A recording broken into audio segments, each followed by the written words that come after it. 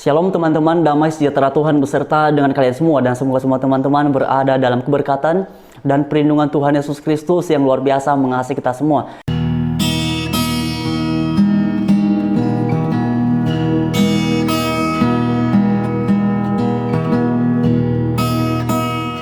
Nah teman-teman sekalian, dalam bagian ini kita akan sama-sama menanggapi mengenai pernyataan yang disampaikan oleh Ustadz Yahya Waloni.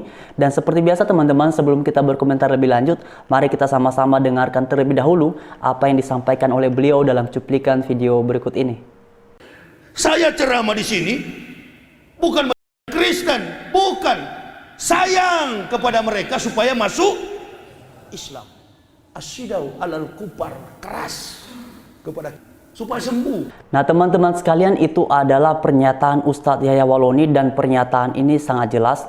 Dan karena itu teman-teman, dalam bagian ini mari sama-sama dengarkan penjelasan dari Romo Aba. Sekalipun penjelasan ini tidak disampaikan secara khusus kepada Ustadz Yahya Waloni, tetapi ini adalah penjelasan yang sangat relevan berkaitan dengan pernyataan Ustadz Yahya Waloni yang baru saja kita dengarkan. Dan karena itu teman-teman, mari kita dengarkan sama-sama.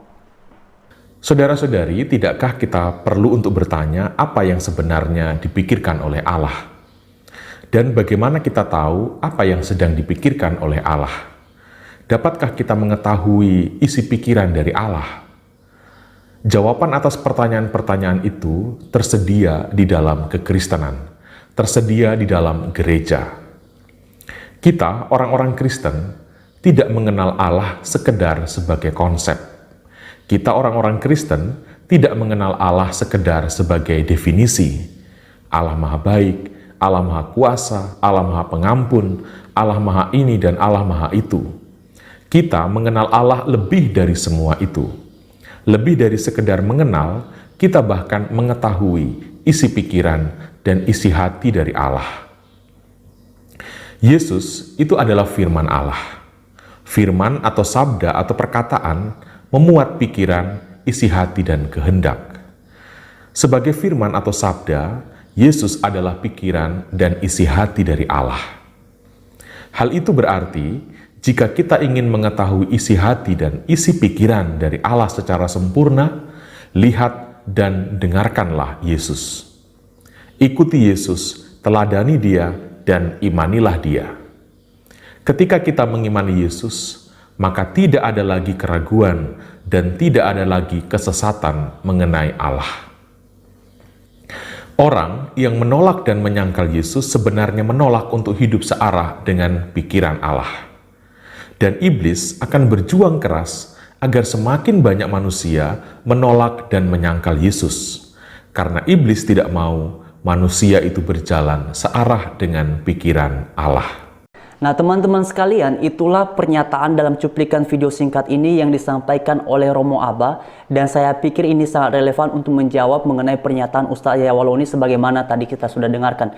Nah teman-teman sekalian, poin penting yang disampaikan oleh Romo Aba ini adalah bahwa kalau seorang keluar daripada kekristenan, itu sama halnya melakukan penyangkalan terhadap Yesus, dan penyangkalan terhadap Yesus sama halnya juga penyangkalan terhadap Allah Bapa di sorga.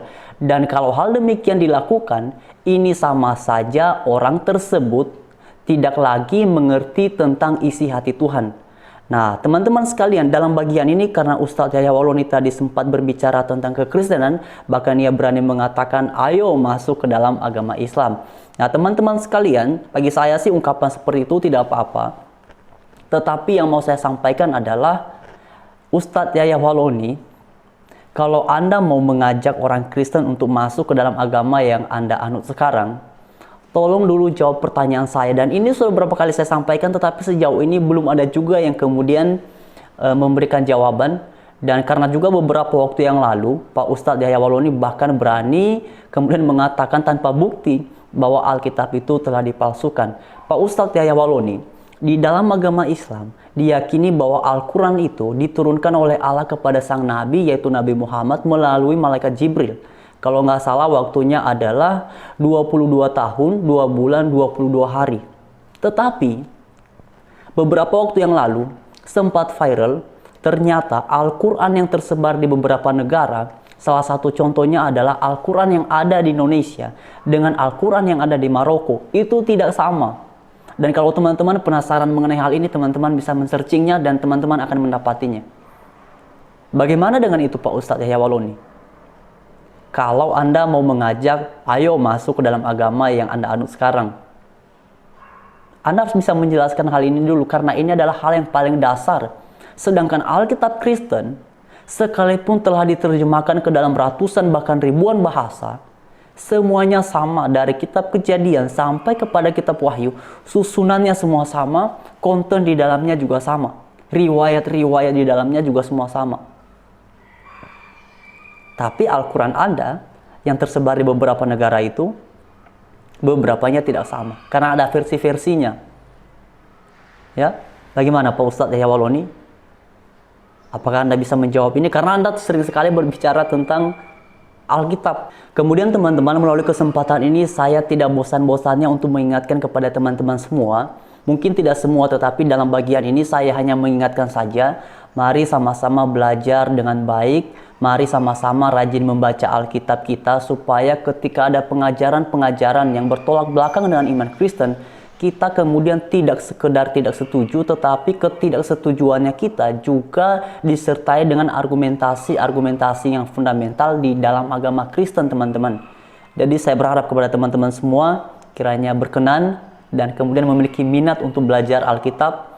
Ya mungkin teman-teman bisa mengikuti kegiatan-kegiatan yang ada di gereja, atau kemudian mengikuti kegiatan pendalaman Alkitab di gereja, dan kemudian juga teman-teman bisa membaca buku-buku Kristen. Selain daripada itu teman-teman, pada kesempatan yang baik ini saya juga menyampaikan kepada Pak Nandar atau Yonatan Nandar, karena beberapa waktu terakhir ini lagi-lagi beliau menggunakan ayat Alkitab untuk menjelaskan bahwa nabinya yaitu Muhammad telah dinubuatkan di dalam Alkitab. Dan ayat Alkitab yang digunakan adalah Yohanes pasal 14 ayat yang ke-6 tentang ucapan Tuhan Yesus, "Akulah jalan dan kebenaran dan hidup, tak ada seorang pun yang sampai kepada Bapa kalau tidak melalui aku." Menurut Yonatan Nandar, dalam original teks, nas tersebut berbicara tentang nubuatan berkaitan dengan Muhammad. Dan karena itu saya berharap ini akan segera diketahui oleh Pak Nandar, dan kemudian ini menjadi momentum yang baik juga untuk beliau menjelaskan bagian mana di dalam ayat tersebut yang menunjukkan bahwa hal ini merujuk kepada makna dinubuatkannya Muhammad di dalam Alkitab. Karena kalau ayat ini justru kita bahas dalam bahasa aslinya, ini menunjukkan bahwa Yesus adalah Allah yang sejati. Karena itulah dia berkata, "Akulah jalan dan kebenaran dan hidup. Tak ada seorang pun yang dapat sampai kepada Bapa kalau tidak melalui aku." Tetapi tetap saja menurut Ustadz Nandar atau Yonatan Nandar, ayat ini adalah ayat nubuatan. Nah teman-teman sekalian, padahal secara jelas ungkapan di ayat itu, Yohanes 14 ayat yang ke-6, bukanlah ungkapan nubuatan. Itu jelas-jelas pernyataan langsung Tuhan Yesus tentang dirinya. Jadi sekian teman-teman, saya berharap bagian ini memberikan kita edukasi yang baik, dan pada akhirnya Tuhan Yesus memberkati kita semua. Haleluya. Shalom.